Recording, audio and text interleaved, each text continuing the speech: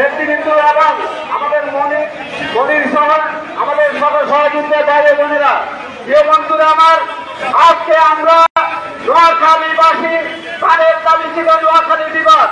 যেহেতু নোয়াখালী কুমিল্লা দুইটা বিভাগ দিয়ে তারা দাবি দাওয়া উঠাচ্ছে, কিন্তু আমরা বলতে চাই নোয়াখালী যেহেতু আগে প্রতিষ্ঠিত হয়েছে এবং নোয়াখালীর ঐতিহ্যবাহী এবং বিভিন্ন স্থাপনা নির্মাণ হয়েছে।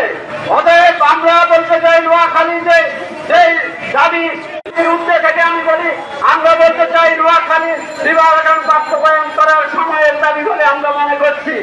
আজকে রাজনৈতিক সদিচ্ছা থাকলো আমরা দীর্ঘ সময় আমরা নোয়াখালীবাসী আমাদের কোন দাবি পূরণ করতে পারিনি।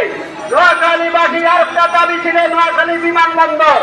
আজকে আমরা দেখেছি তত্ত্বাবধায়ক সরকার অর্থাৎ সেনাশাসিত সরকার তৎকালীন একটা উদ্যোগ দিয়েছিল নোয়াখালী বিমানবন্দর করার জন্য এবং জায়গা ব্যবহার করেছে, কিন্তু সেটা বাস্তবায়ন হয়নি।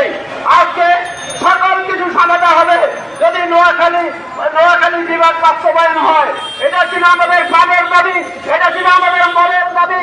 এই দাবি আমরা বাস্তবায়ন করতে চাই।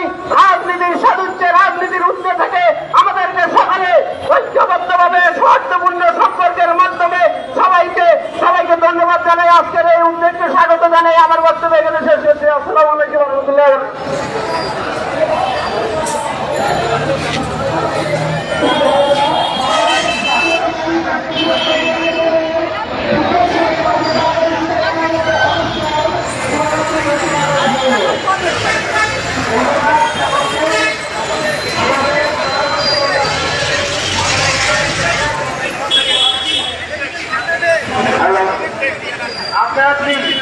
আমি সবাইকে অনুরোধ করছি, আমরা সবাইকে